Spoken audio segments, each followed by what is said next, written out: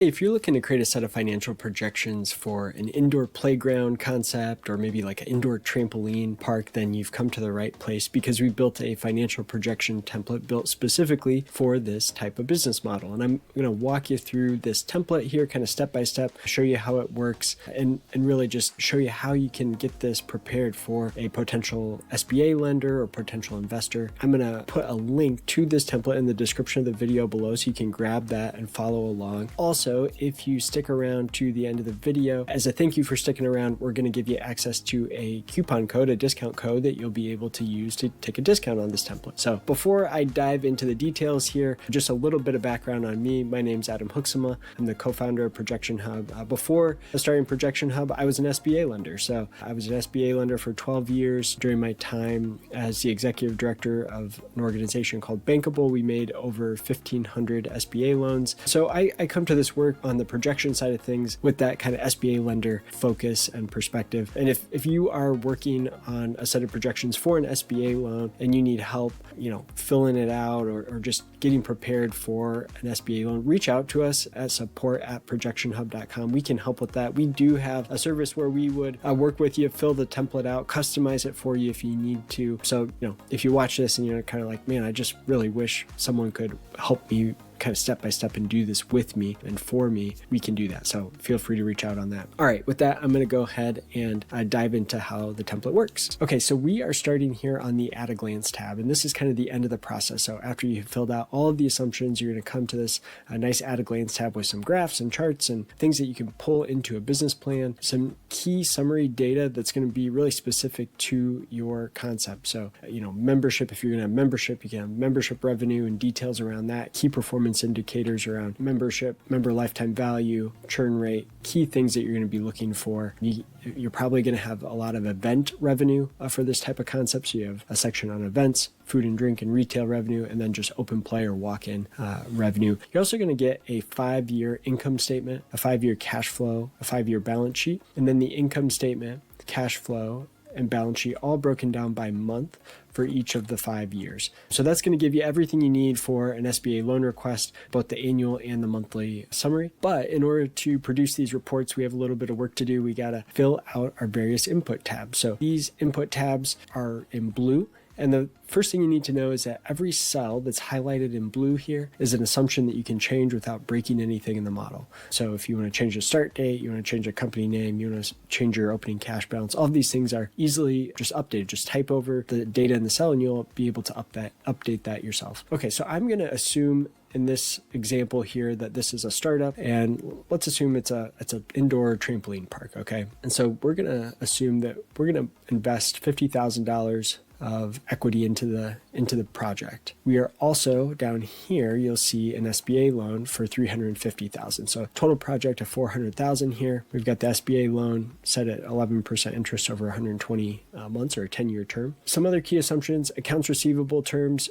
We're assuming in this business, you're going to get paid when you provide the service. So customer comes to play, they're going to pay right then and there, right? No terms, or not giving anybody terms. Hey, play today, we'll invoice you, pay us 30 days later. So nothing like that. Now on the accounts payable side, we're assuming that kind of the 80-20 rule. So we're assuming 80% of the bills or the expenses that you incur during the month, you're going to pay during that month. Maybe 20% of the bills you get to put on a credit card, or you have some terms with a vendor where you have some time to pay. So that is going to be on a 1-month delay. And that's going to help your cash flow just a little bit. We also assume maybe you'll have some opening inventory, so $15,000 of opening inventory. And this average inventory carried as a percentage of your cost of goods sold here is set at 10%. You can probably just leave that as it is. The idea here is that you're going to probably always be carrying some inventory on hand, and you're probably going to grow. That inventory balance is probably going to grow as the revenue of the business grows. And so that's what we're assuming there. Now, we have put in a handful of kind of initial startup expenses. Now, this is all going to vary dramatically depending on the size and scope and location of what you're doing, right? So you're going to need to do your own research on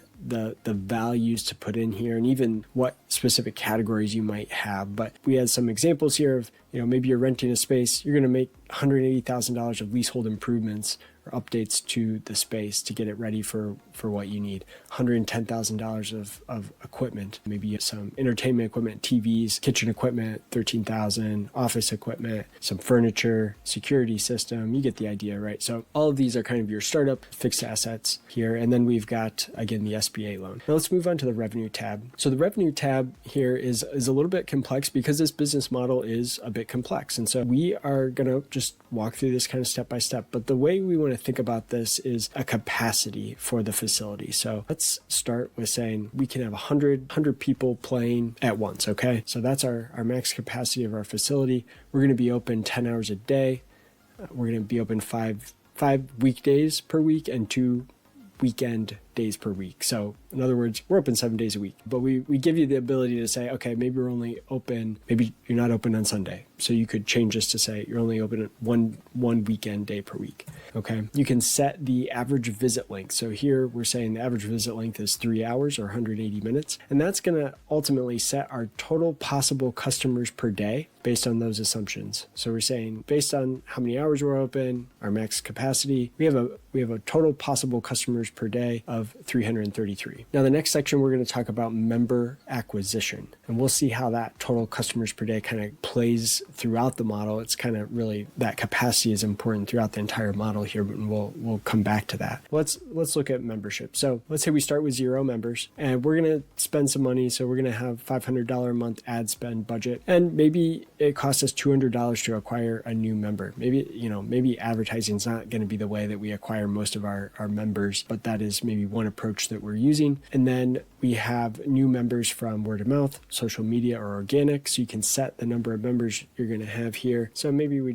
set this. We're going to have one new member a month. Maybe that's not the primary business model. Maybe it's not. Maybe you're not getting a lot of members. Maybe it's more walk-in parties, that sort of thing. Maybe not so much on the membership side, but you might want to have membership options for folks that are interested in that. So this will then calculate your total number of new members, and you can set an annual churn rate. So that's just the percentage of members that churn or cancel each year. So we're saying 50% of the active members cancel each year, meaning the average member is only going to stay with you 2 years. So then we have different membership plans. We've got an annual and a monthly plan. The annual plan, the membership period in month is going to be 12 months, and the monthly plan 1 month. Sense, right? And then so those are the membership types. And here we now set the actual membership levels. So you might have a premium annual membership, and it's a annual membership type, and it's $175 for the year.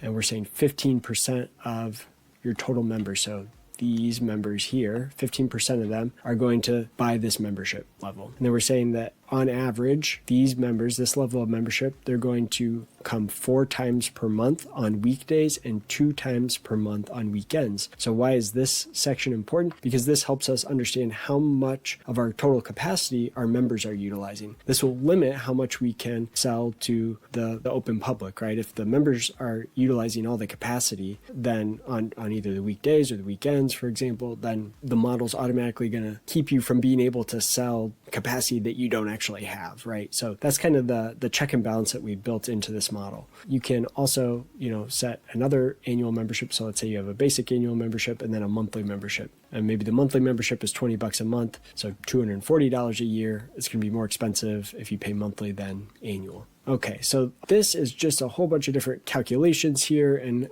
kind of helpful details so you can kind of visualize and see, okay, what is this going to look like, the average number of, and we say kids, it could be customers, does it have to be kids?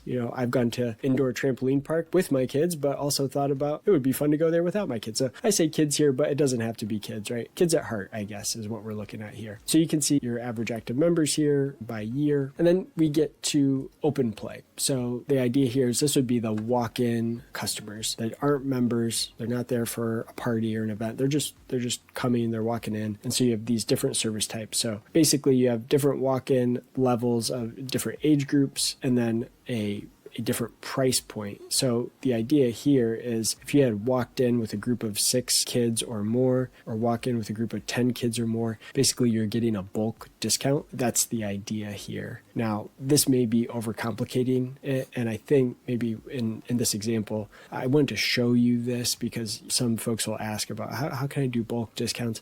I don't know if that's necessary in your projections, but I want to leave this in here momentarily, but I'm actually going to remove this section because I think it probably overcomplicates things. If we can just say, okay, we've got these 4 different walk-in types, and on average, this is the weekday price we're going to charge. On average, this is the weekend price we're going to charge. And we can say what percentage of our total customers are going to fall into each bucket. So let's say we've got 10% in the 0 to 23 months, and let's say 30 and 40. So let's see, does that, nope, I need this to be 20. Okay, so this now adds up to 100%. So that's the idea here. And now what we're going to do, so we're saying, okay, the walk-in customers, this is kind of the breakdown of the walk-in customers, but how many are we going to have? Well, how many we're going to have is going to be based on what percentage of our total capacity is going to be filled with walk-in customers. So what we're saying here is that 25% of our total capacity, remember up here, our total capacity is 333 total possible customers per day. And so we're saying 25% of that we're gonna use on the weekdays, and on the weekends we're gonna use 35% of that. And so you can set different kind of capacity utilization on weekdays and weekends and make that seasonal as well. So if you're in a climate, where it's cold in the winter, maybe that's a good time to go to indoor, trampoline park or playground, right? So it's possible that, you're going to have a seasonal business here. And so the way we have set this up, you can set the capacity here for the first 12 months in these blue assumptions. And then going forward, the model is just going to follow that same seasonal pattern, but it is going to apply a growth rate. So if we wanted to say, okay, let's apply an annual growth rate of the capacity filled here by 7%. All right, so based on all of that, this total play sold per month, this is kind of like your foot traffic, your total customer traffic for between members and non-members, so walk-in and members. This is how many people are going to come to play per month based on those assumptions. And you can see the breakdown between those that are going to be sold to, booked by members and then sold to non-members. And you can get an idea of the total average customers per day and per hour, just to use that as a gut reaction. Like, does that make sense? Do you think you can sell, if all of a sudden this number looks extremely high and you think, hey, I've talked to other similar businesses and they're getting way less customers per day. That's what this is for, is to try to kind of understand what's reasonable here based on your industry experience, based on where you're located, based on talking to other similar businesses in maybe different cities or different comparable areas. Okay, some more information there. Now on the vending machine and merchandise. So this is a section where we can say, all right, let's also have some vending machines. We're going to say 20% of our customers here. So 20% of these folks, this is kind of your foot traffic. So 20% of those folks are going to buy from the vending machine or buy merchandise. Okay, and so you've got the number of orders or customers here, and then this is a breakdown of what they order. So you can, set different items, what categories at food and drink or merchandise, what's the price point, what's the cost for you. So this is what you are paying for it. So for a canned coffee, maybe you're selling that for $4, it costs you $2. And then this is the average number of purchases per person per visit. So what we're saying here, you could think of this as like 50%. So we're saying 0.5 or 50% of these customers are going to buy a canned coffee. So 50% of the people that are buying are going to buy a snack or drink. So that's what that section is. And then we've got the ability to add like a coffee shop or a food and beverage area, restaurant, small restaurant type of a structure here. So let's say what percentage of customers are purchasing from the coffee shop or the restaurant here. Again, this gives you total customers per month, per day, per hour. And then here's what are they buying? Maybe you're selling pizza, maybe you're selling hot dogs, maybe it's more of a coffee shop vibe. Kind of depends on what you're going for, but you can set your menu items and kind of follow that same process. Now, for this section, you're going to have some direct labor. So in this kind of coffee shop concept, let's say we have a barista, we are going to have, at least one per minimum per operating hour, paid $16 an hour. We've got employer taxes and benefits at roughly 8%.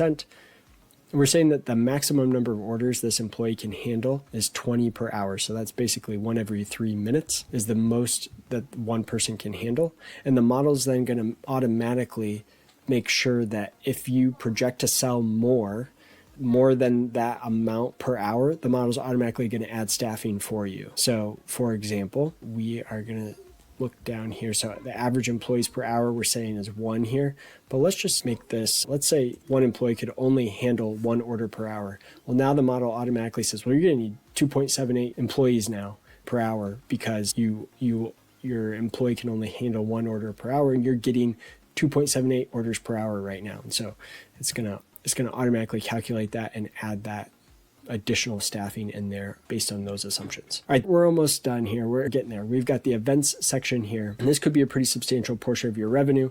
You have different types of events. So let's say you've got a basic, luxe, deluxe, different packages here. You can say, here's the price, here's maybe some add-ons that you're selling. Here's your supplies and food cost for putting it on the event. So here's kind of your cost. Here's what you're getting paid. You can say number of hours for the event. Let's say this is a 1-hour event. Maybe all of these are 2-hour events. And then you can select whether you're reserving the whole play area. So this would, again, kind of get to that capacity. So in this example, if it's a private party, let's say, and somebody's actually renting out the entire space and it's closed to the public, it's maybe closed to members, it's closed to everyone for a private event. You may or may not want to do that, but if you did, you have the ability to actually select that here. And then you can again set some kind of a similar concept. What percentage of the total number of events that you have are going to be each of these different types of event? And then you can set the number of events you're going to have per month. So what I did here, I just added a little equation. So I said, let's say we have 5 events per weekend day. Maybe we only do events on the weekends. We're going to have 5 events going on the average day of the weekend times 2 days for the weekend, Saturday and Sunday, times 4.345. That's how many weeks there are in the average month. So that gets you to 43 events per month, and broken down in this kind of structure here. You can also set whether you're going to need any event admin staff. Maybe we don't start with any event admin staff. Maybe we just have one guest relation staff. They're going to be there 40 hours a week, $13 an hour. So you can set up that direct cost there.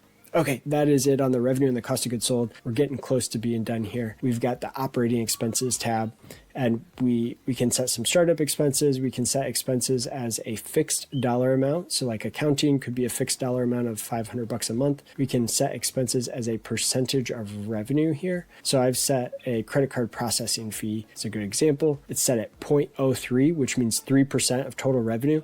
So it's going to automatically grow. Your credit card processing fees will grow as that revenue increases. All right, on our last input tab here is a salaries tab. So let's say you as the owner, you're going to take an $80,000 salary. Maybe you're going to have a manager and maybe a part-time maintenance person and maybe 2 cashiers. So you can set a cashier, you can set the number of that particular employee, an annual raise, what month they're going to start. So if you wanted to say, well, I'm not going to hire this particular position in the first year, maybe I'm going to start the manager in month 3, for example. So that brings us back to where we started here.